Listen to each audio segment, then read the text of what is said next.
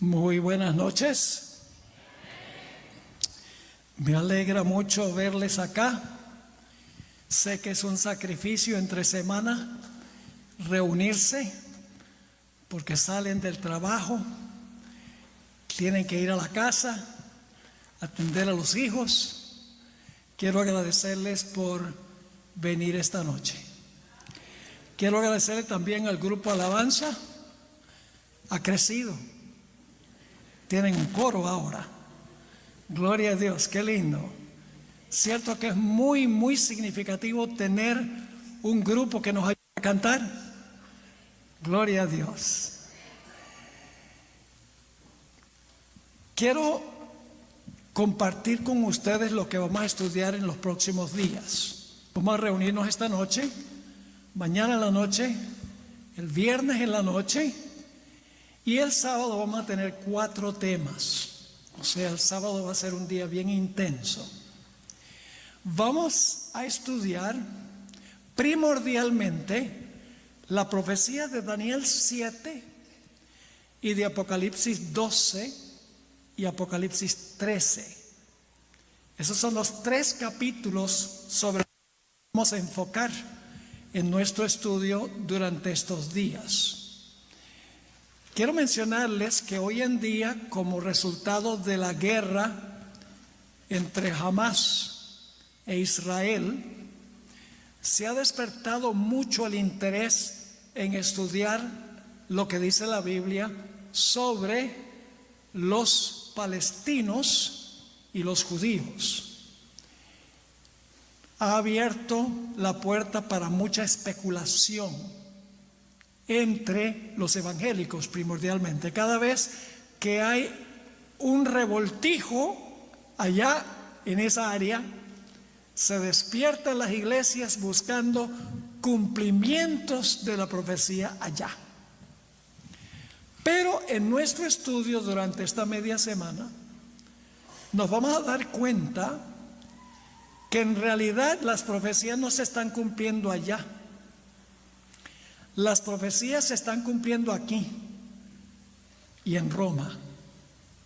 Lo que ha hecho Satanás es revolver eso allá para que todos los ojos de la gente miren hacia allá, en vez de mirar a dónde el conflicto final va a ser. Vamos a estudiar estas profecías en detalle. Y el título de nuestro estudio de esta noche es El espíritu de Babilonia. Antes de comenzar, queremos pedir la bendición del Señor. No sé si podamos conseguir tal vez un atril un poco menos tembleque que este, porque me da miedo que se va a caer la computadora. Ahí hay un atril, antes de que tengamos la oración para... Ese sí es un buen atril. ¿Podemos subirlo un poco tal vez?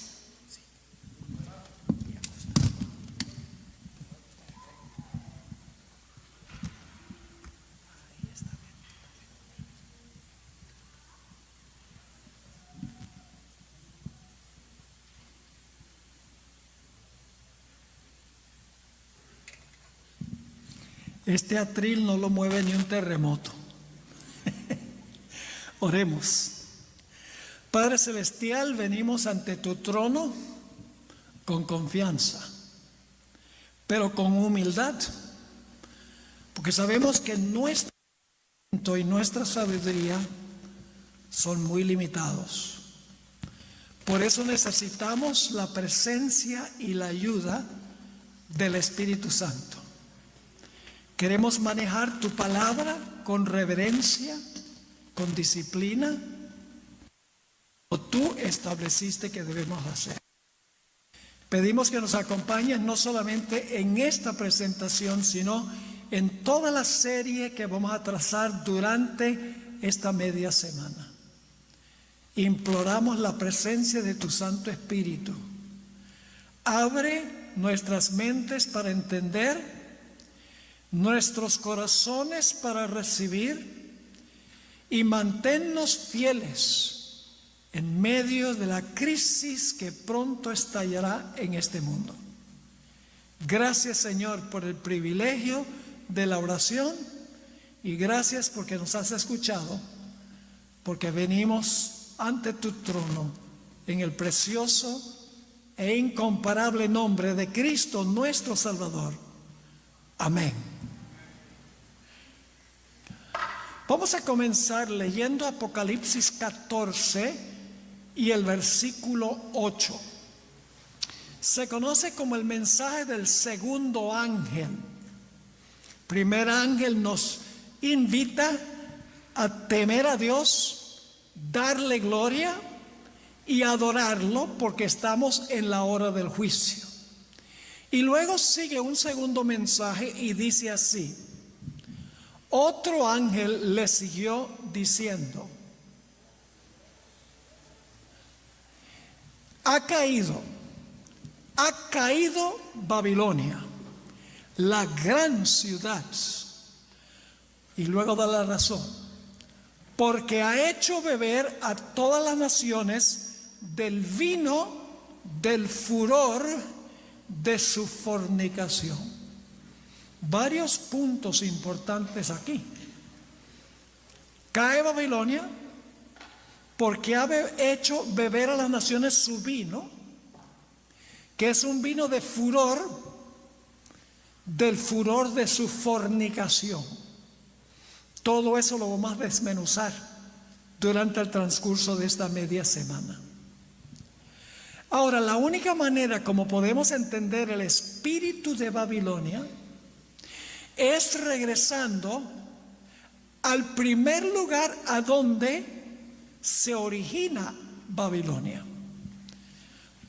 Antes que podamos entender Babilonia en Apocalipsis, tenemos que volver al lugar a donde primero se menciona. Y no se trata de Génesis, el capítulo 11.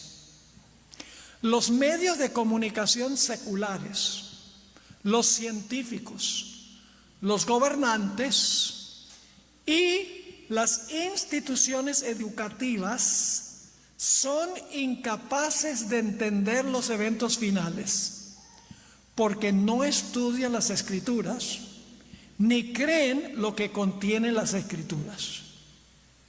Enseñan que el mundo llegó a la existencia por un largo proceso de millones de años de evolución y afirman que las historias de Génesis 1 al 11 en realidad son mitos o leyendas que nunca ocurrieron en la vida real. Por esa misma razón, como no creen en un comienzo como describe la Biblia, tampoco creen en un fin como lo describe la Biblia en el libro de Apocalipsis. Para ellos, al igual que para muchos cristianos, el libro de Apocalipsis es una obra de ciencia ficción, semejante a las profecías de Nostradamus.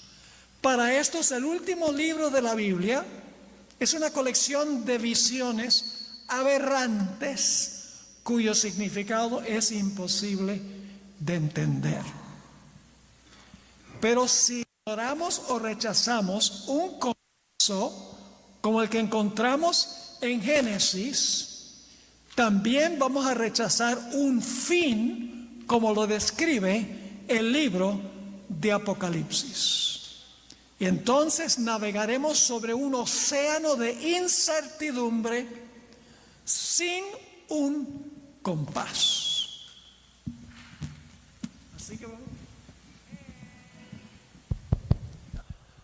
Así que vamos a regresar al libro de Génesis, el capítulo 11. Los eventos que se describen en Génesis 11 ocurrieron más o menos 100 años después del diluvio. Apenas salieron Noé y su familia del arca, Dios les mandó que se dispersaran por toda la tierra. Es un detalle muy importante. Noten lo que dice Génesis el capítulo 9 y el versículo 1. No era el plan de Dios que después de salir del arca se congregaran o se consolidaran en un solo lugar.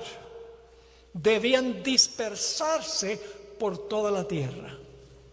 Dice en Génesis 9:1, bendijo Dios a Noé y a sus hijos y les dijo: fructificad y multiplicaos y llenad la tierra. Llenen la tierra de habitantes. No se concentren en un solo lugar. No se consoliden en un solo lugar. Ahora, antes de continuar allí nuestro estudio, necesito mencionar que más de 70 veces en el libro de Génesis se subraya la importancia del significado de los nombres y de los lugares. Un comentario bíblico explica en la Biblia la importancia de un nombre. Dice así: en el modo de pensar bíblico, el nombre no es un mero rótulo de identificación. Más bien es una expresión de la naturaleza esencial de la persona que lleva el nombre. El nombre de un hombre revela su carácter. Como lo dijera Milton, Adán fue capaz de nombrar a los animales, pues comprendía su naturaleza. Mis padres me pusieron el nombre Esteban Pablo, el nombre del mártir y del martirizador. ¿Por qué me pusieron ese nombre? ¿Porque les pareció bonito? No. Durante toda mi niñez me recalcaron que ellos querían que yo tuviera la constancia y la fidelidad de Esteban y que fuera un predicador como el apóstol Pablo. Por eso me pusieron Esteban Pablo, porque querían que ese fuera mi carácter. En el libro de Génesis los nombres son muy importantes. El significado de los nombres es muy importante porque indica el carácter de la persona o el carácter del local. Muy importante ese punto al comenzar nuestro estudio. Por ejemplo, el nombre Eva significa la madre de todos los vivientes. Cuadra muy bien con su carácter, ¿verdad que sí? Betel, a donde Jacob tuvo el sueño de la escalera, se llama la casa de Dios. Él dice: estoy aquí en la casa de Dios, cuando vio la escalera. Cuando tuvo su lucha con el ángel, encontramos que le puso el nombre Peniel, que significa rostro de Dios, y explica porque vi a Dios cara a cara. Y he sobrevivido para contar la historia. El nombre Jacob significa suplantador. Le cuadraba muy bien, porque trató de suplantar a su hermano desde que nació, porque lo tenía agarrado por el tobillo. Y luego le robó la primogenitura. Pero cuando cambió su carácter, Dios le dijo: ya no más suplantador, ahora te llamarás Israel, príncipe de Dios, porque tu carácter ha cambiado. El nombre Yahweh Jireh, el nombre del lugar a donde llevó a Isaac para sacrificarlo, significa Dios proveerá, porque Dios proveyó un sustituto en lugar de Isaac. Y el nombre que vamos a estudiar esta noche, Babel, tiene un profundo significado que indica lo que ocurrió ahí. Significa confusión. Ahora, un detalle muy interesante es que el arquitecto de la ciudad de Babel y de la torre de Babel fue un personaje llamado Nimrod.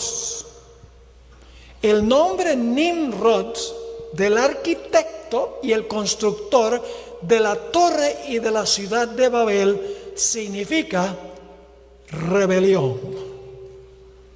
Es decir, aquel cuyo nombre significa rebelión fue el arquitecto y el constructor de la torre y de la ciudad. Ahora vamos a notar la historia en Génesis 11. Estamos estudiando ahora la raíz de lo que vamos a estudiar en los temas siguientes durante esta media semana. Vamos a Génesis 11 y el versículo 1 y 2. Y recuerden que el constructor de la ciudad y la torre se llama rebelión, porque es una empresa rebelde contra Dios. En Génesis 11, 1 y 2 dice: tenía entonces toda la tierra una sola lengua y unas mismas palabras. No significa que hablaban nada más el mismo idioma, sino que significa que estaban todos en la misma página. Estaban unidos, en otras palabras. Versículo 2. Y aconteció que cuando salieron de oriente, hallaron una llanura en la tierra de Sinar.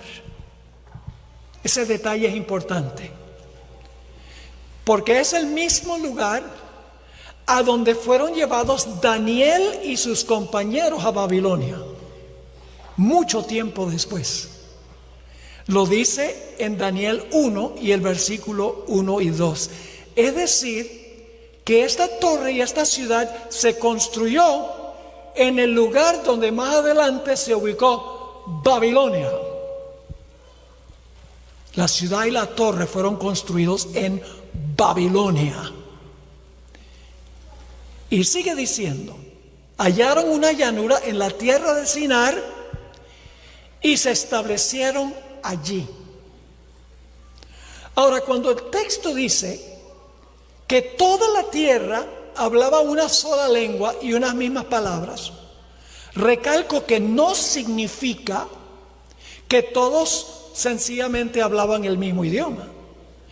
El contexto, los versículos que vamos a mirar a continuación, demuestran que todos estaban en la misma página, unidos en este proyecto. Es decir, todos tenían el mismo espíritu de Nimrod, rebeldes, consolidándose en un mismo lugar, no esparciéndose, para establecer un nuevo orden mundial, según la mente de ellos. Ahora vamos a Génesis 11 y el versículo 3 y 4. Esta unión tenía como propósito glorificar la grandeza humana y la fama de los constructores. Dice en los versículos 3 y 4: y se dijeron unos a otros: vamos, hagámonos ladrillo y cozámoslo con fuego. Y les sirvió el ladrillo en lugar de piedra y el asfalto en lugar de mezcla. Y dijeron: vamos y edifiquémonos. No dice edifiquemos, dice edifiquémonos una ciudad y una torre cuya cúspide llegue al cielo, y hagámonos, fíjense, edifiquémonos y hagámonos un nombre. Esa expresión, hagámonos un nombre, es la misma palabra que aparece en Génesis 6, a donde dice que los gigantes antes del diluvio eran hombres de renombre, hombres de alta reputación. Es decir, los constructores en realidad hacen este proyecto para exhibir su grandeza, su sabiduría, sus habilidades. Y fíjense por qué decidieron centrarse allí en ese lugar para construir una ciudad y para construir una torre. Ellos mismos dicen por qué querían establecerse allí. Noten nuevamente el versículo 4. Y dijeron: vamos, edifiquémonos una ciudad y una torre cuya cúspide llegue al cielo, y hagámonos un nombre, es decir, demostremos nuestra gran reputación, por si fuéramos esparcidos sobre la faz de toda la tierra. ¿Qué no querían hacer?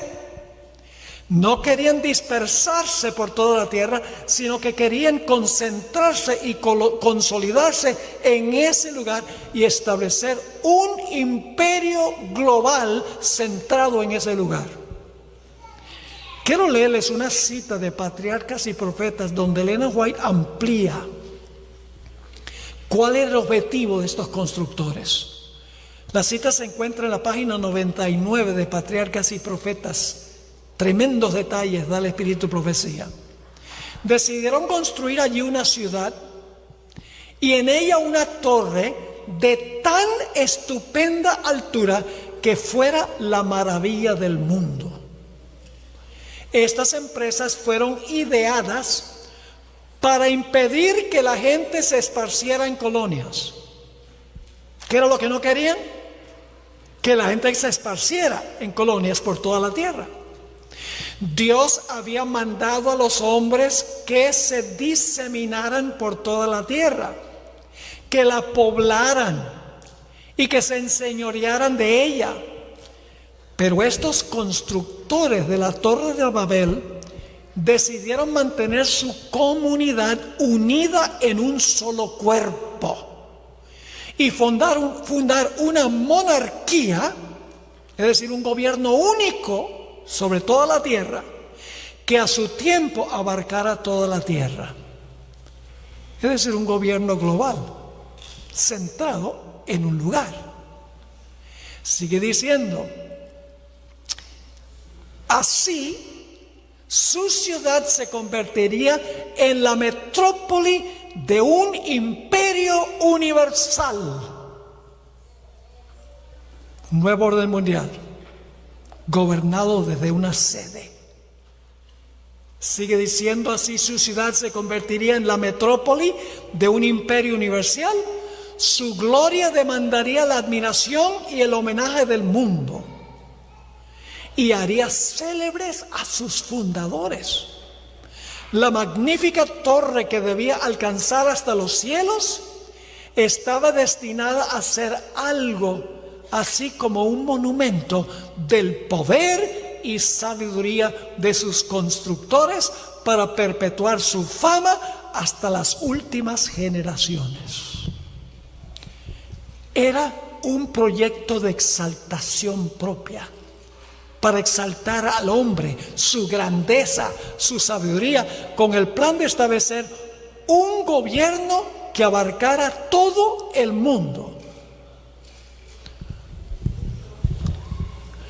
Lo que querían hacer era establecer un centro que consolidara a todos los habitantes del mundo para continuar viviendo en pecado y salvarse a sí mismos por medio de la tecnología en caso de que hubiese otro diluvio. Escuchen esta cita del Espíritu de Profecía sobre ese proyecto altanero de ellos. Patriarcas y Profetas, página 112, dice: creyeron que construyendo la torre hasta una altura mucho más elevada que la que habían alcanzado las aguas del diluvio, pensaban colocarse a sí mismos más allá de todo peligro. Si construimos la torre más alto que alcanzaron las aguas del diluvio, nos vamos a salvar a nosotros mismos. Pero había otro motivo. Y al poder ascender a la región de las nubes, esperaban descubrir la causa del diluvio. No tuvieron fe en la promesa de Dios. Dios había dicho que no iba a destruir la tierra con otro diluvio, pero ellos no creyeron la palabra de Dios y dijeron: construyamos esta torre para salvarnos a nosotros mismos en caso de que haya otro diluvio y para poder explicar científicamente por qué razón vino el diluvio. Un proyecto rebelde basado en la sabiduría, la grandeza y la gloria humana. Un gobierno central gobernando sobre todo el mundo. Ahora, el relato de Génesis 11 nos dicen que Dios descendió para investigar el proyecto. Es decir, hay un juicio investigador aquí. Y ustedes dicen, ¿a dónde está eso? En el versículo 5. Dice, y descendió Jehová para ver la ciudad y la torre que edificaban los hijos de los hombres. Esa expresión hijos de los hombres es muy significativa, porque en Génesis 6 habla de los hijos de Dios, que vieron que las mujeres eran hermosas. El Espíritu de Profecía dice que, y la tradición judía también dice que las mujeres eran hermosas porque se pintaban y se adornaban, etc. Por eso los hijos de Dios se sintieron atraídos a estas mujeres.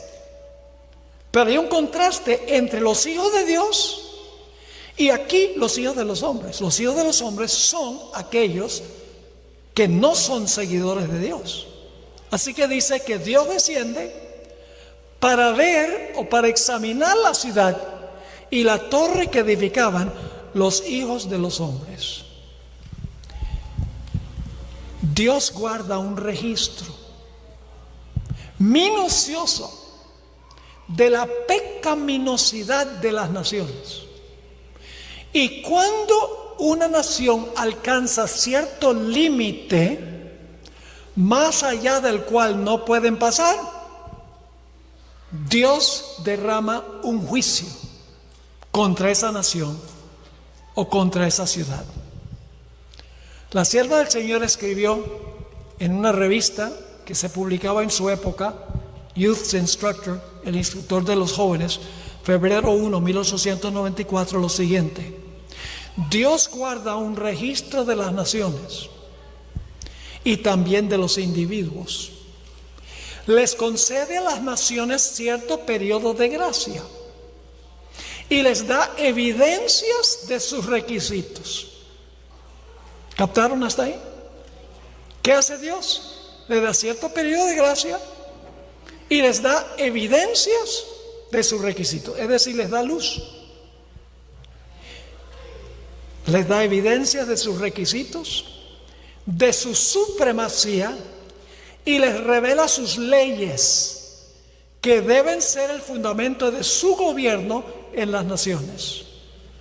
Todo esto lo hace para que las naciones paganas no sean destruidas sin haber recibido una amonestación y luz.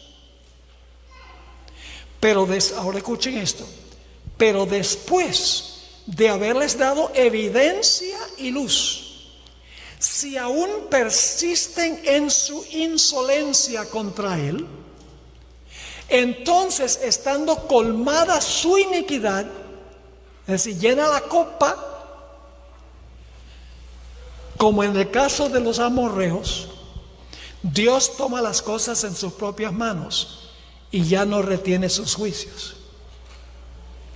La cita dice que Dios le da a las naciones mucha luz, mucha evidencia de su poder, la importancia de su ley.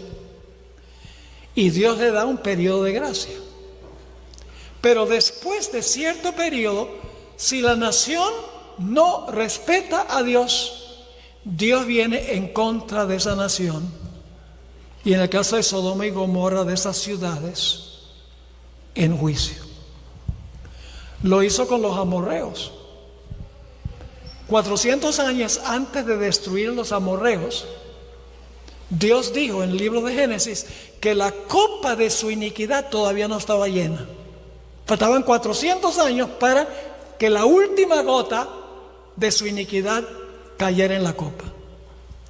También sucedió en la destrucción de Jerusalén. Antes de ser destruida Jerusalén por Nabucodonosor, hubo un juicio, un sellamiento en Ezequiel el capítulo 9 de los fieles en la ciudad.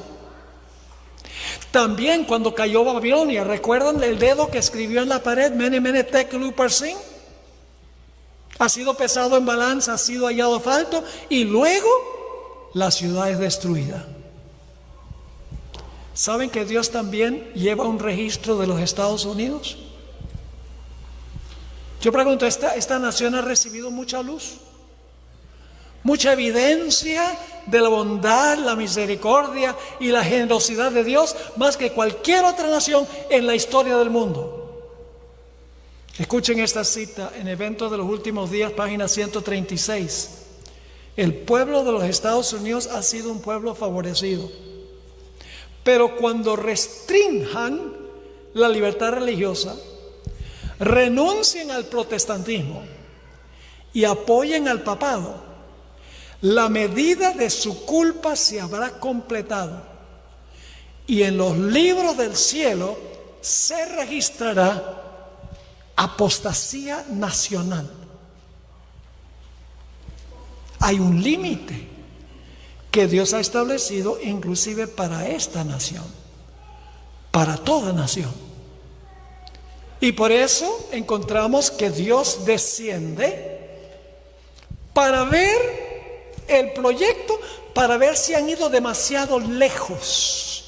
Dios hace una investigación antes de la destrucción para ver si han ido más allá del punto de no retorno. Y cuando Dios examina y ve, Él dice: han llenado la copa y ahora viene la sentencia. En los versículos 6 y 7, Dios ahora pronuncia la sentencia contra Babel.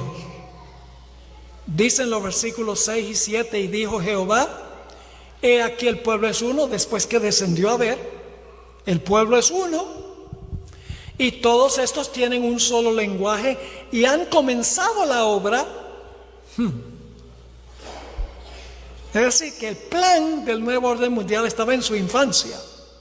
Y han comenzado la obra, y nada les hará desistir ahora de lo que han pensado hacer. Si los dejo que continúen con esto, van a desmoralizar a todo el mundo. Y Dios dice: ha llegado el momento de coartar esto. Y luego en el versículo 7 pronuncia la sentencia.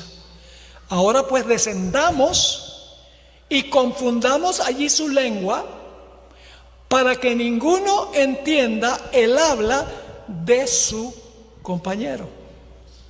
Dios pronuncia la sentencia y luego ejecuta la sentencia confundiendo las lenguas de los constructores de la ciudad. Y fíjense lo que dice los versículos 8 y 9, los versículos 8 y 9 de Génesis 11. Así los esparció. ¿Qué querían ellos? Consolidarse, unirse en rebelión contra Dios. Y si Dios hubiera permitido que el proyecto continuara, hubiera desaparecido el último personaje fiel de Dios, si Dios lo hubiera permitido. Así que Dios interrumpió sus planes. Dice: así los esparció Jehová, su plan original, así los esparció Jehová desde allí sobre la faz de toda la tierra, y dejaron de edificar la ciudad. Y ahora viene el nombre que se le da a este proyecto apóstata, rebelde. Por esto fue llamado el nombre de ella Babel, porque allí confundió Jehová el lenguaje de toda la tierra, y desde allí los esparció sobre la faz de toda la tierra. Es interesante leer lo que ocurrió cuando se confundieron las lenguas para esparcirlos. ¿Saben lo que sucedió? Que Dios, al dar el don de lenguas, porque podemos decir que es el don de lenguas, Dios les implantó un Rosetta Stone. ¿Sí saben lo que es eso? Les implantó en el cerebro un idioma. francés, alemán, holandés, español, inglés, y ya no se podían comunicar.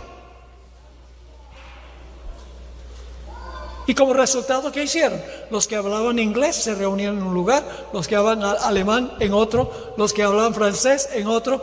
Es decir, se estableció el sistema de naciones, cada una independiente de la otra, para que no se pudiera consolidar una rebelión centrada para acabar con el conocimiento de Dios en la tierra. Interesante leer lo que ocurrió según el Espíritu de Profecía. Patriarcas y Profetas, página 113. Escuchen esto.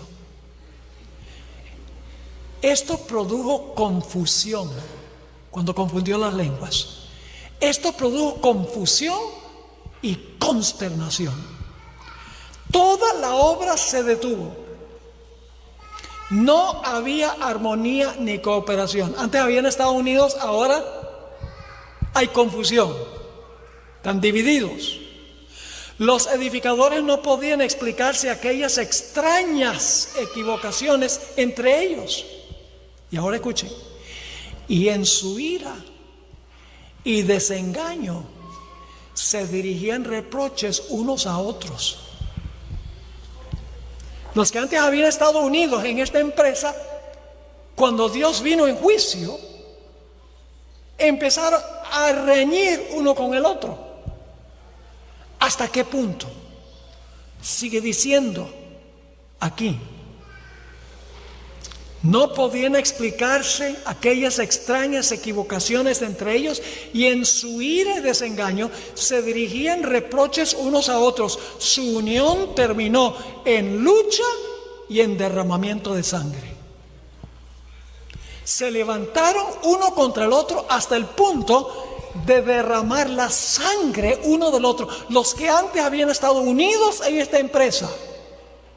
No olviden estos detalles, porque esto todo forma la base de Babilonia en Apocalipsis. Pero no podemos entender Babilonia en Apocalipsis sin entender el origen de Babilonia en Génesis 11. Sigue diciendo: como prueba del desagrado de Dios cayeron rayos del cielo. Fíjense, la unión, ahora se dividen, pelean unos con otros hasta el punto de derramar sangre, y hay relámpagos. ¿Y qué hacen los rayos del cielo? Que destruyeron la parte superior de la torre y la derribaron. Se hizo sentir a los hombres que hay un Dios que reina en los cielos. En la página 115 de Patriarcas y Profetas, Elena White amplió: Dios soporta pacientemente la perversidad de los hombres. Y créanme, hermanos y hermanas, que la perversidad en este país es grande. Y uno se pregunta hasta qué punto Dios va a tolerar lo que está pasando en este país.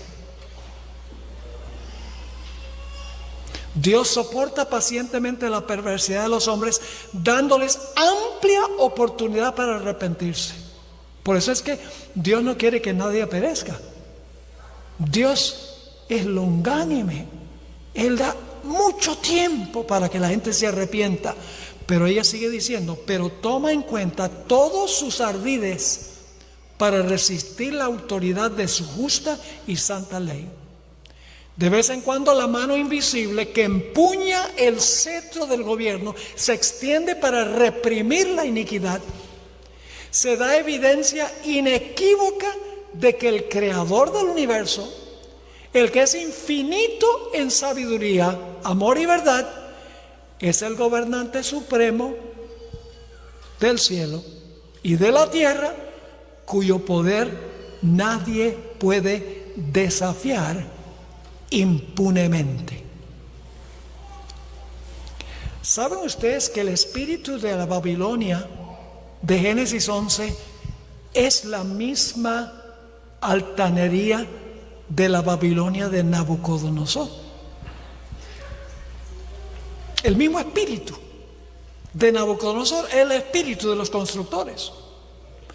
Fíjense, por ejemplo, y saben algo interesante, Nabucodonosor escribió que era su propósito restablecer la Babilonia que había caído en la Torre de Babel.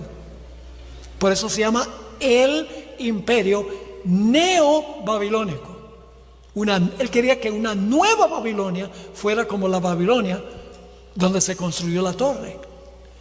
Fíjense la altanería de Nabucodonosor. Los que construyeron la Torre de Babel se jactaban de su grandeza y de la grandeza de su proyecto, olvidando a Dios. Fíjense lo que dice Daniel 4, 29 y 30. Al cabo de 12 meses, paseando en el palacio real de Babilonia, habló el rey y dijo: ¿no es esta la gran Babilonia? Eso debe despertar curiosidad, porque en Apocalipsis se le llama, ha caído la, ¿cuál Babilonia? La gran Babilonia. ¿Será que al final de la historia la Babilonia final va a tener el mismo espíritu de arrogancia que tuvo la Babilonia en Génesis 11 y la de Nabucodonosor? Así que dice: ¿no es esta la gran Babilonia que yo edifiqué para casa real con la fuerza de mi poder y para gloria de mi majestad? ¿Es el mismo espíritu de los constructores de la torre? Es el mismo espíritu de arrogancia, exaltación propia, y tiene que ver con la construcción de la ciudad de Babilonia. Isaías 47:10 describe el espíritu de Babilonia. Dice Dios: porque te confiaste en tu maldad, diciendo: nadie me ve. Está hablando a Babilonia: nadie me ve. Tu sabiduría y tu misma ciencia te engañaron, y dijiste en tu corazón: yo y nadie más. Ese es el espíritu de Babilonia, echando a un lado la autoridad de Dios, la palabra de Dios, la luz que Dios da, para exaltar al hombre. Ahora, la confusión de las lenguas en la Torre de Babel fue una gran bendición. Y ustedes dicen: ¿por qué? Porque los seres humanos se esparcieron por toda la tierra y establecieron naciones, cada nación con su propio idioma y con su propia cultura. Escuchen, un orden mundial multinacional, multilingüe y multicultural hace mucho más difícil que se consolide la apostasía para formar una rebelión mundial, unida mundial. Pues si uno tiene muchos países y muchas culturas, es difícil que todas esas naciones se unan con un mismo plan de rebelión contra Dios, porque cada una de las naciones está lidiando con la otra. Así que Dios dice: yo lo voy a dispersar y voy a hacer muy difícil que se consolide el mundo en rebelión en contra mía, una maldad centralizada y global.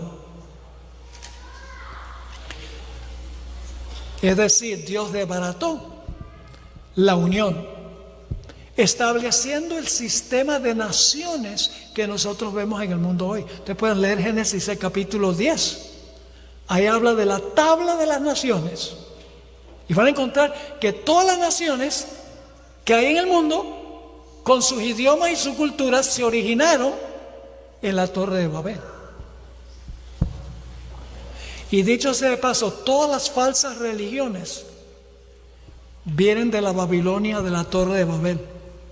Todas las falsas prácticas. La hermana White dice que ellos adoraban al Dios Sol. Eso fue transferido a todas las naciones después de eso. Por ejemplo, el rosario el usar el rosario para las oraciones, lo usan los musulmanes, los budistas y los católicos. ¿De dónde sacaron esas tres religiones el uso del rosario? Viene de Babel. Todas las prácticas y las doctrinas apóstatas tuvieron su origen en la torre de Babel. Así es que Génesis nos da el origen de la palabra Babilonia, que más adelante encontramos en el libro de Apocalipsis. Según el último libro de la Biblia, lo que ocurrió una vez en Babel ocurrirá nuevamente al final de la historia, pero no en un lugar, sino a nivel de todo el mundo. El libro de Apocalipsis describe una gran conspiración final de toda nación, tribu, lengua y pueblo en contra de Dios. Es decir, aunque Dios dividió a la raza humana en la Torre de Babel, al final de la historia van a tener éxito en consolidar. A pesar de todas las culturas, naciones e idiomas, van a poder consolidar el mal en lo que se llama un nuevo orden mundial. Quiero leerles una cita que escribió el sacerdote jesuita Malachi Martin en 1990. Escribió el famoso libro Las llaves de esta sangre, siendo el Papa Juan Pablo II. Quiero leerles lo que él escribió en ese tiempo que estamos viendo ahora en proceso de rápido desarrollo. Está hablando de tres competidores en el mundo: el capitalismo, el socialismo o el comunismo y el romanismo. Ese es el contexto. Escuchen lo que escribió. Hay una gran similitud que comparten estos tres competidores geopolíticos. Una gran similitud entre los tres sistemas y sus líderes. Cada uno de ellos tiene en mente un gran designio para un solo gobierno mundial. Tanto el capitalismo como el socialismo, el comunismo y el romanismo tienen el mismo objetivo, dice él: un solo gobierno mundial. Eso se llamaría una monarquía, como dijo Elena White en el libro Patriarcas y Profetas. Sigue diciendo: su competencia geopolítica, la competencia de estos tres sistemas, tiene que ver con cuál de los tres formará, dominará y administrará el sistema mundial, un sistema mundial que reemplazará el decadente sistema de naciones. El sistema que conocemos ahora se llama internacionalismo, porque se compone de muchas naciones. Pero lo que está diciendo Malachi Martin es que un solo gobierno mundial va a reemplazar el decadente sistema de naciones individuales, cada uno luchando por sus propios intereses. Está hablando del establecimiento de un nuevo orden mundial centralizado en un lugar, de donde ese lugar sale toda la autoridad.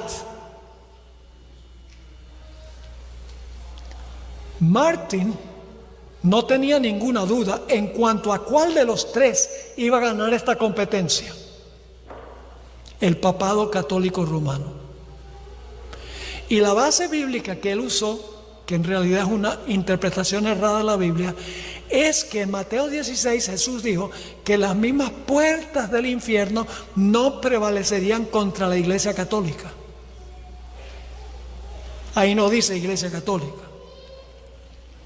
Ahí sencillamente dice: las puertas del infierno no prevalecerán contra la iglesia. Pero él dice que esa es una promesa que Dios le hizo al poder papal. Por eso él decía: el capitalismo va a perder, el socialismo, comunismo va a perder. El que va a establecer ese gobierno mundial es la Roma papal. Quiero leerles una cita escalofriante de su libro, donde él habla de lo que iba a pasar. Y estas son las profecías que vamos a estudiar. Ustedes podrán decir: bueno, eso es especulación de él, pero es exactamente lo que dice la profecía. Porque la profecía dice: todo el mundo se maravilló en pos de la bestia. ¿Me están entendiendo lo que estoy diciendo? Vamos a mostrar que lo que él dice va a ocurrir. Solo que él dice que el poder papal va a establecer un nuevo orden mundial de paz, prosperidad, todo va a ser muy bueno, mientras que la Biblia dice que este sistema va a ir a perdición. El fin es diferente, según la perspectiva bíblica, que la perspectiva de Malachi Martin. Escuchen lo que escribió. Esto se encuentra en la página 11 y 12 de su libro. Una vez que la competencia se haya decidido, la competencia entre los tres, el mundo y todo lo que está en él, nuestro estilo de vida como individuos y como ciudadanos de las naciones, nuestras familias y nuestros trabajos, nuestro comercio y dinero, nuestros sistemas educativos y nuestras religiones y nuestras culturas, hasta los símbolos de nuestra identidad nacional, que la mayoría de nosotros siempre hemos tomado por sentado, todo habrá sido poderosa y radicalmente alterado para siempre. ¿Qué se va a alterar para siempre? Nuestro estilo de vida, nuestras familias, nuestros trabajos, nuestro comercio, nuestro dinero, nuestros sistemas educativos, nuestras religiones, nuestras culturas y hasta los símbolos nacionales, que es la bandera, el escudo, etc. Sigue diciendo: nadie puede quedar exceptuado de sus efectos. Nadie se va a escapar de los efectos, dice él. Ningún sector de nuestras vidas permanecerá intacto. Nadie que esté familiarizado con los planes de estos tres rivales tiene ninguna duda de que solamente puede ganar uno de ellos. Él está prognosticando que el capitalismo va a ser radicalmente cambiado. Y el socialismo, el comunismo, no es el sistema que va a gobernar el mundo. Va a ser el romanismo. Y eso es exactamente lo que dicen las profecías. Solo que él ve un fin distinto que el de las profecías.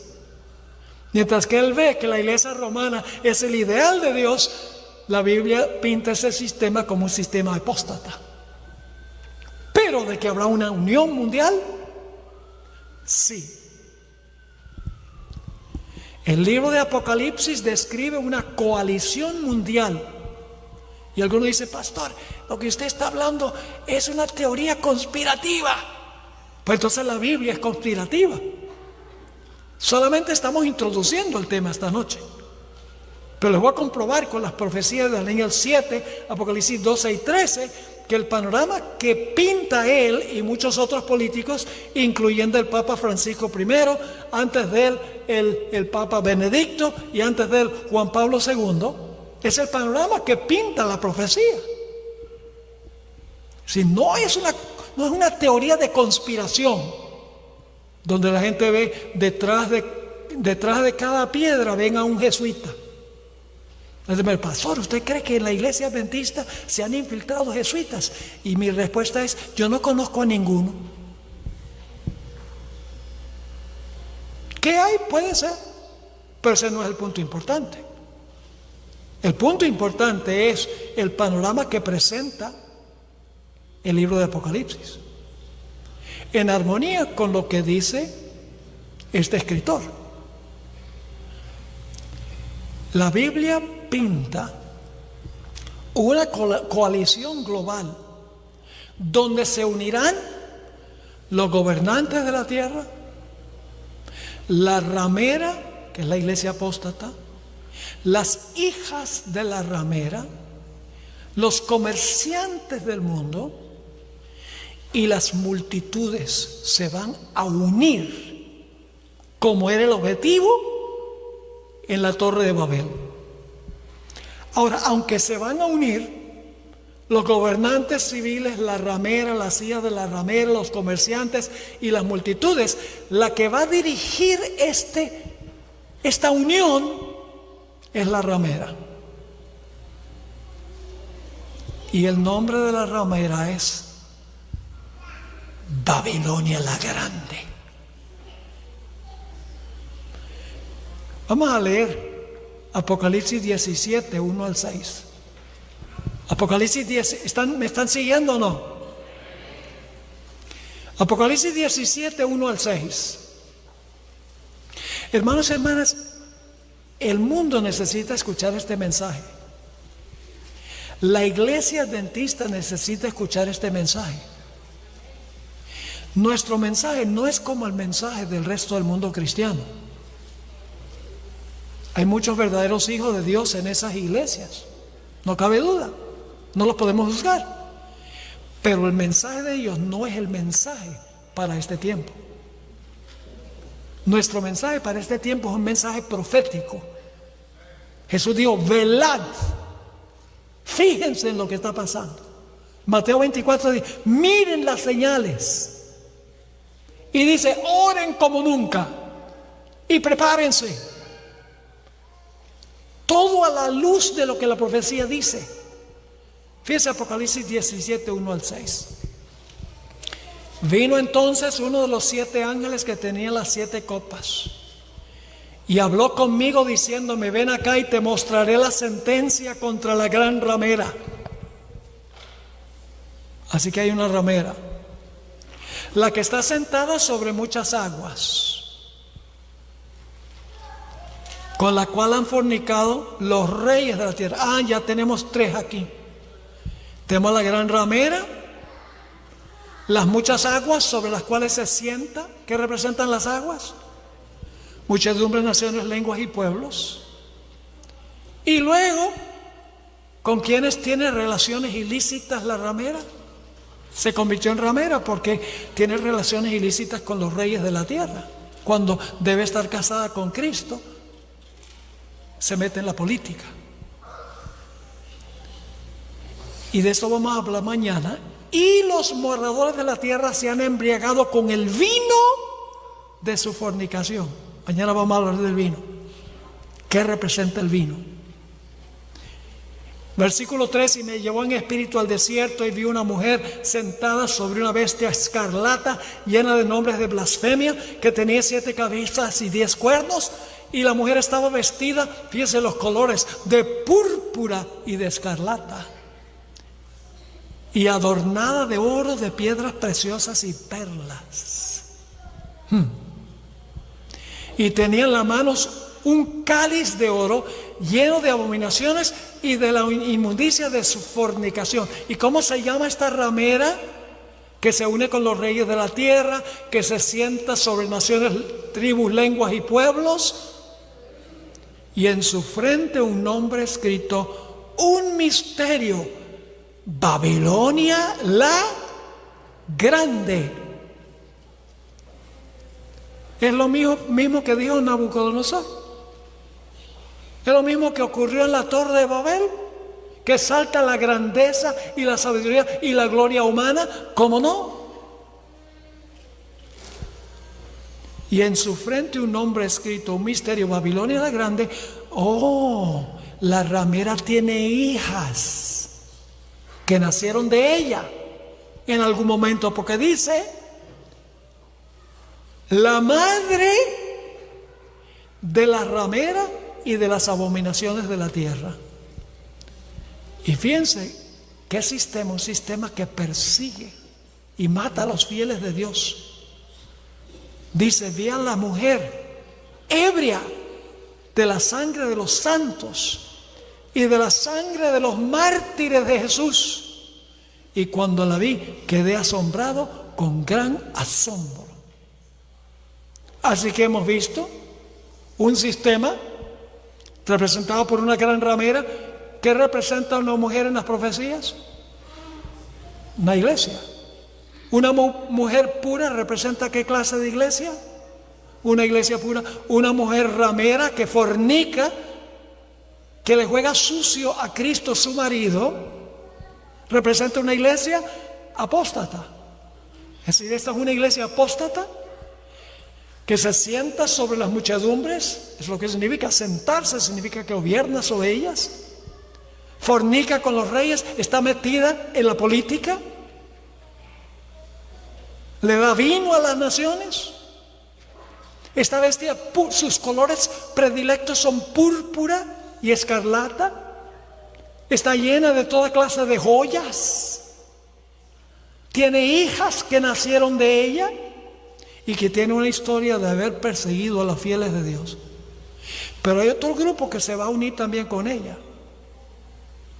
que son los comerciantes del mundo. El sistema económico se va a vincular con ella.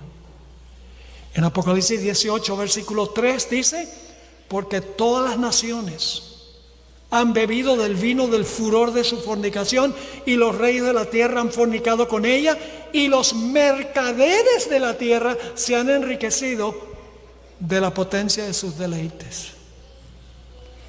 Aquí tenemos una unión de todos los diferentes sistemas del mundo. Comercio, una iglesia apóstata, las hijas que nacieron de la iglesia apóstata, los reyes que fornican con ella, las muchedumbres sobre las cuales se sienta. Yo diría que este es un nuevo orden mundial. ¿Les parece? Consolidado, unido, no cabe duda. Ahora, no es una coincidencia de que el Papa Francisco I promueve la unión de las naciones. Habla de fronteras abiertas, a donde hay inmigración libre. Él sabe que esta inmigración diluye el espíritu patrio y disminuye las fronteras entre naciones. Francisco también ataca el capitalismo bajo el pretexto del bien común. Habla de la necesidad que tienen las grandes corporaciones mundiales de cuidar el medio ambiente e insta a las naciones ricas a redistribuir su riqueza a las naciones pobres. Interesante. El Papa oculta bajo su sotana jesuita su aspiración de establecer un dominio global. ¿Saben que el globalismo hoy es mucho más fácil? Hace 100 años no se hubiera podido establecer un sistema global que une a todos en rebelión contra Dios. ¿Qué es lo que hace posible ahora un nuevo orden mundial que une a todos? En primer lugar, vivimos en un mundo unido por la transportación. Tú puedes tomar un avión y estar en Europa de aquí en 6 horas. Que no hubiera sucedido hace 100 años. Hace 100 años, semanas en un barco. American Airlines, donde yo viajo mayormente, pertenece a un consorcio que se llama One World Alliance, la alianza de un mundo.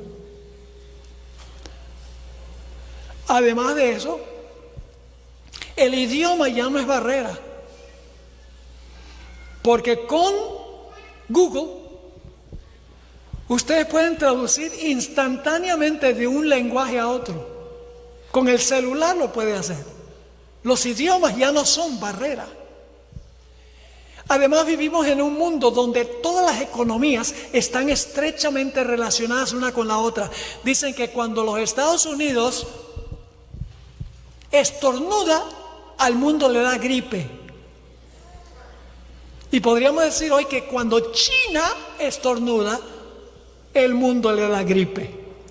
Porque la economía está interconectada globalmente. El mundo también hoy está unido por la comunicación a través de tecnologías como Skype, Zoom, correo electrónico, mensaje de texto, WhatsApp, teléfonos celulares, Twitter, Instagram, Facebook, TikTok, etc. Puede ver lo que está pasando en el otro lado del mundo instantáneamente. En la antigüedad, hace 100 años, había que esperar semanas para recibir una noticia. Además de eso, como les mencioné, el Papa Francisco I ha hecho un esfuerzo casi sobrehumano para unir a todas las religiones del mundo. Y tengo muchos artículos de revistas. Hasta se reunió con los valdenses, en la iglesia de los valdenses, en el Piamonte. Un grupo que fue perseguido salvajemente por el papado durante los 1260 años. Como le mencioné también, el asunto del calentamiento global o el cambio climático ha sido un tema que ha unido en gran medida muchos de los países del mundo a través de las Naciones Unidas. Además de eso, el mundo hoy se caracteriza por una filosofía rebelde. El modo de pensar actual es el posmodernismo, donde se enfatiza la tolerancia, la equidad, la necesidad de ser políticamente correctos. Se enfatiza la unidad en la diversidad, el pluralismo, etc. No ofendas a nadie. Llévate con todo el mundo. Y eso ha amortiguado la proclamación de la verdad. Ahora, ¿cuáles son los objetivos y las aspiraciones globales del papado? Voy a tomar mi tiempito para leerles lo que escribió el Papa Benedicto sobre los objetivos del papado en este nuevo orden mundial.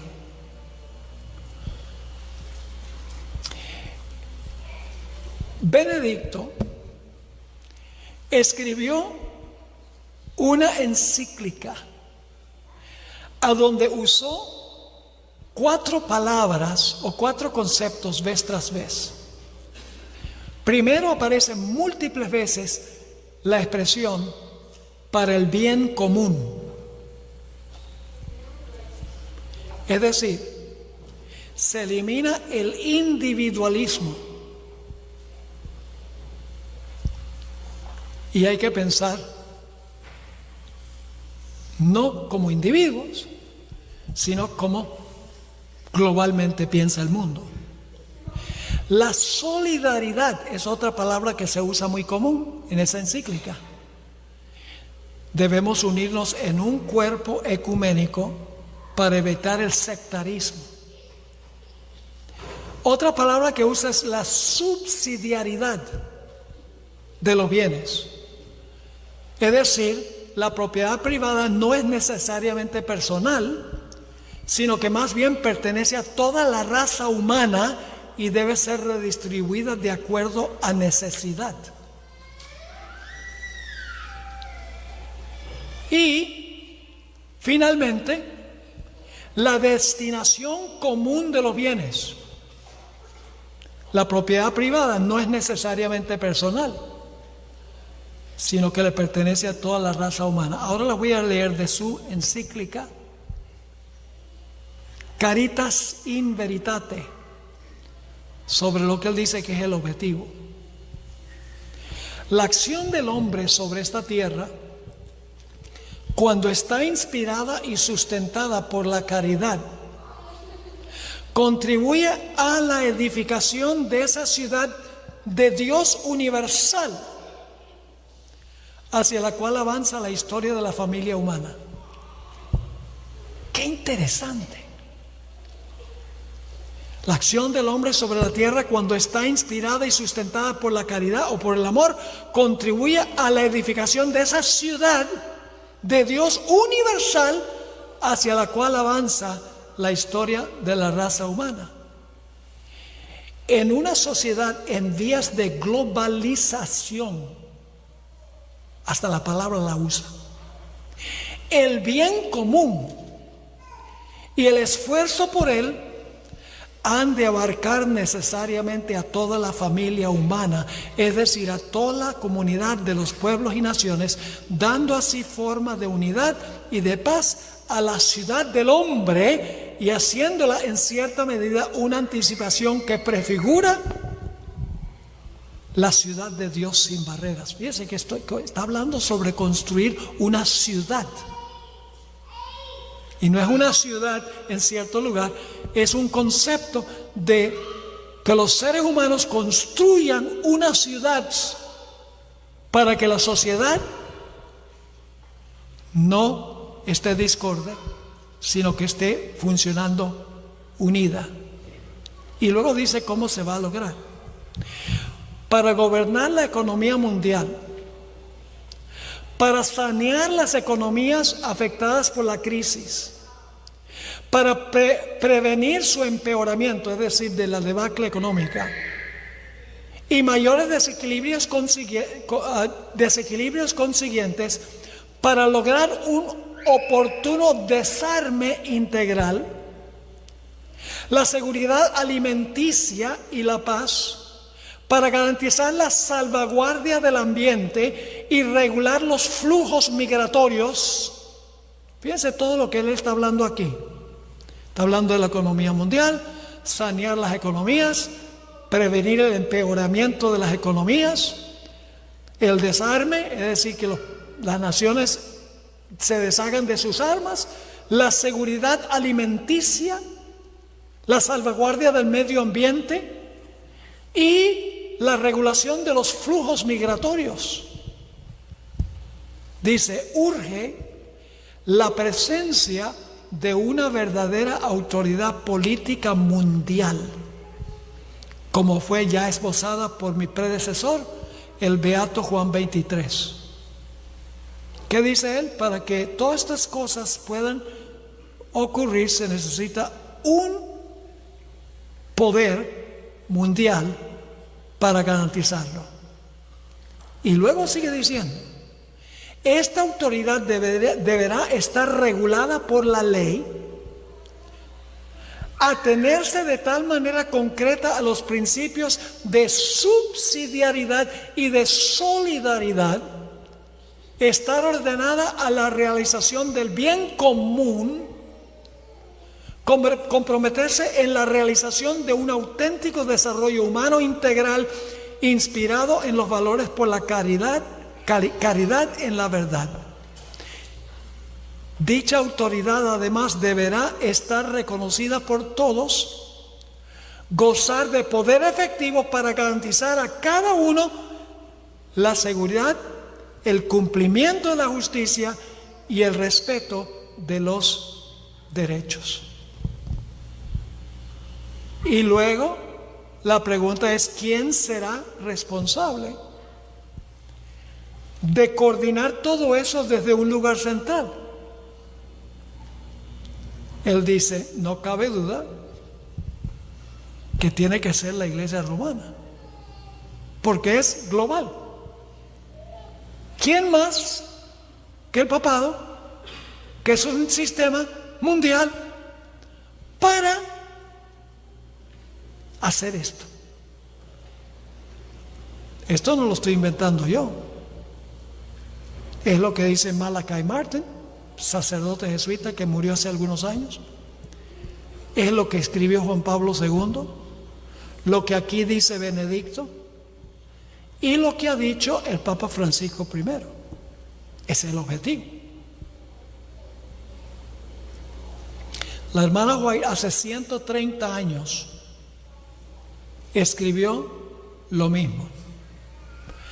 El tal llamado mundo cristiano será el teatro de acciones grandes y decisivas. Hombres en posiciones de autoridad pondrán en vigencia leyes para controlar la conciencia, siguiendo el ejemplo del papado. Babilonia, fíjense que se refiere a ese sistema como Babilonia. Babilonia hará que todas las naciones beban del vino del furor de su fornicación. Toda nación se verá envuelta. Acerca de ese tiempo, Juan el revelador declara: estos tienen un mismo propósito. Habrá un vínculo de unión universal, una gran armonía, una confederación de las fuerzas de Satanás. Lo mismo que pasó en la Torre de Babel. Ahora, ¿qué va a pasar cuando suceda esto? Todo el que no se acate estará marcado. Quiero leerles un par de citas del Espíritu Profecía. Esto se encuentra en el libro Fundamentos de la Educación Cristiana, página 289. Dice ella: cuando alcancemos la norma que el Señor espera que alcancemos, los mundanos considerarán que los adventistas son puritanos, fanáticos, raros y singulares. Olvídense de ser políticamente correcto. Dice ella que cuando nosotros alcancemos la norma que Dios quiere que alcancemos, los mundanos consideran que los adventistas son puritanos, fanáticos, raros y singulares. Y en otra cita, tomo 5 de los Testimonios, página 515, ella dice: nuestro pueblo ha sido considerado demasiado insignificante para ser digno de ser tomado en cuenta. Pero vendrá un cambio. Dentro del mundo cristiano se están llevando a cabo movimientos que necesariamente traerán a la prominencia al pueblo que guarda los mandamientos. A pesar de que habrá esta unión global de los reyes con la ramera, las hijas, las muchedumbres, el comercio del mundo, a pesar de esta unión, Dios va a tener la última palabra. Fíjense lo que dice Apocalipsis 16, 17 al 21. Habla de la caída de la Babilonia final. Dice: el séptimo ángel derramó su copa por el aire y salió una gran voz del templo, del cielo, del trono, diciendo: hecho está. Entonces hubo relámpagos. ¿Recuerdan lo que pasó en la Torre de Babel? Entonces habrá relámpagos y voces y truenos y un gran temblor de tierra, un terremoto tan grande cual no lo hubo jamás desde que los hombres han estado sobre la tierra.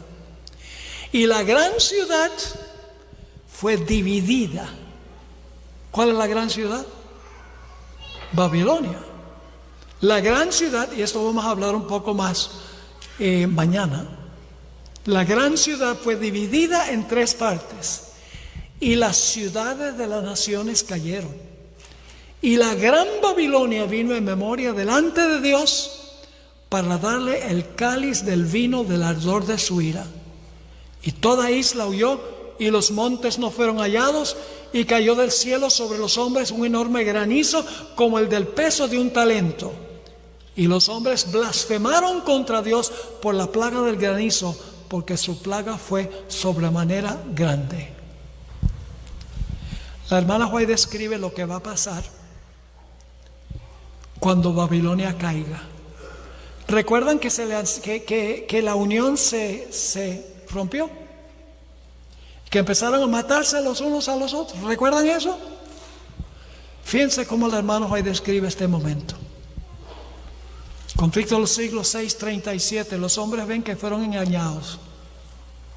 Se acusan unos a otros. Antes de eso estaban unidos. Se acusan unos a otros de haberse arrastrado mutuamente a la destrucción. pero todos concuerdan para abrumar a los ministros con la más amarga condenación.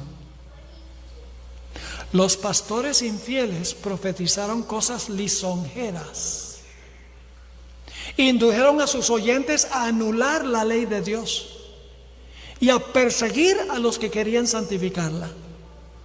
Ahora, en su desesperación, estos maestros confiesan ante el mundo su obra de engaño. Las multitudes se llenan de furor. Antes las multitudes estaban con el sistema. La ramera gobernaba sobre ellos. Los reyes fornicaban con ella. Las hijas hacían lo que la madre decía. Pero ahora dice, las multitudes se llenan de furor. Estamos perdidos, exclaman. Y vosotros sois la causa de nuestra perdición. Y se vuelven contra los falsos pastores. Ser pastor en esta época es algo muy serio. Muy, muy serio. Sigue diciendo, precisamente aquellos que más los admiraban a estos pastores, en otros tiempos pronunciarán contra ellos las más terribles maldiciones. Las manos mismas que los coronaron con laureles se levantarán para aniquilarlos. ¿Qué va a pasar con la unión?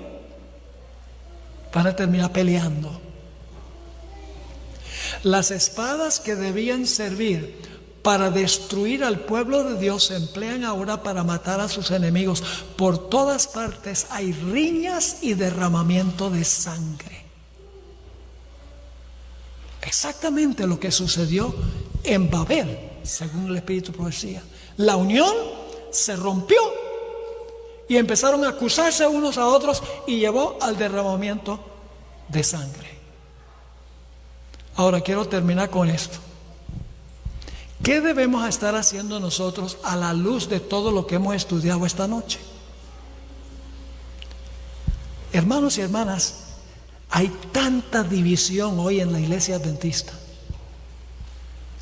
División doctrinal, entre otras cosas. Mientras que Satanás está uniendo sus tropas, está dividiendo a la iglesia. Ustedes saben que lo que estoy diciendo es la verdad. ¿Qué debemos estar haciendo nosotros? Debemos estar uniéndonos para hacerle frente al mundo que se está uniendo, para que Dios tenga un batallón para pelear las batallas con el batallón de Satanás. Jesús oró por esto. Juan 17 dijo, yo les he dado a mis discípulos tu palabra, y el mundo los aborreció, porque no son del mundo, como tampoco yo soy del mundo. Le dice Jesús a su Padre, no ruego que los quites del mundo, sino que los guardes del mal. No son del mundo, como tampoco yo soy del mundo. Santifícalos en tu verdad, tu palabra es verdad. Como tú me enviaste al mundo, así yo los he enviado al mundo, y por ellos yo me santifico a mí mismo, para que también ellos sean santificados en verdad. ¿Qué es verdad? Hay tres respuestas. Jesús es la verdad. Jesús dijo en Juan 14:6, yo soy el camino, la verdad y la vida. Nadie viene al Padre sino por mí. Pero Jesús también dijo en Juan 17:17, santifícalos por tu verdad, tu palabra es verdad. Y su ley es verdad. Porque dice en el Salmo 119, 142, tu justicia es justicia eterna y tu ley, la verdad. Así que la verdad es Jesús, su palabra y su ley. Y sobre eso tiene que estar edificado el pueblo de Dios, sobre la verdad. Termino con esta última cita. Testimonios para la Iglesia, tomo 4, página 21. Cristo está sacando a un pueblo. ¿Sacándolo de dónde? del mundo. Cristo está sacando a un pueblo que se pare en perfecta unidad. ¿Qué está haciendo Jesús? Sacando a un pueblo que se pare en perfecta unidad. ¿Sobre qué? Sobre la amplia plataforma de la verdad eterna. Hermanos y hermanas, no puede haber unidad cuando se tienen diferentes conceptos teológicos en la iglesia. Tiene que haber unidad doctrinal, unidad de práctica y una proclamación de la verdad que se encuentra en la Escritura. La verdad es distintiva de la Iglesia Adventista del Séptimo Día. Nosotros nos originamos como un movimiento profético y vamos a terminar como un movimiento profético. Hay que estudiar las profecías, hay que entender las profecías para ver lo que está pasando, lo que pronto ocurrirá, para que estemos firmes, como dice la sierva del Señor, en la plataforma de la verdad eterna. Dios quiera que nosotros seamos ese pueblo distintivo, distinto del mundo, con doctrinas distintas, prácticas distintas, que se basan sobre la santa palabra de Dios. Padre, gracias te damos por el panorama que tú nos presentas en tu palabra, que estamos viendo desarrollarse en el mundo hoy, por el testimonio de estos 3 papas, entre otros. Por lo que vemos en el mundo, sabemos que Jesús está a las puertas.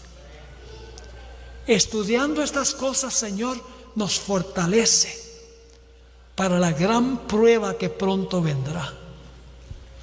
Te ruego, Señor, que tú bendigas a todos los que estamos reunidos en este lugar. Inspíranos para enamorarnos de tu palabra, para asimilar tu palabra y para proclamarla con confianza a los que están buscando una explicación de las cosas que están pasando en este mundo. Gracias te damos por habernos acompañado esta noche. Pedimos tu continuada compañía durante todos los temas que vamos a trazar acá. Te lo pedimos por los méritos preciosos de Cristo nuestro Salvador. Amén.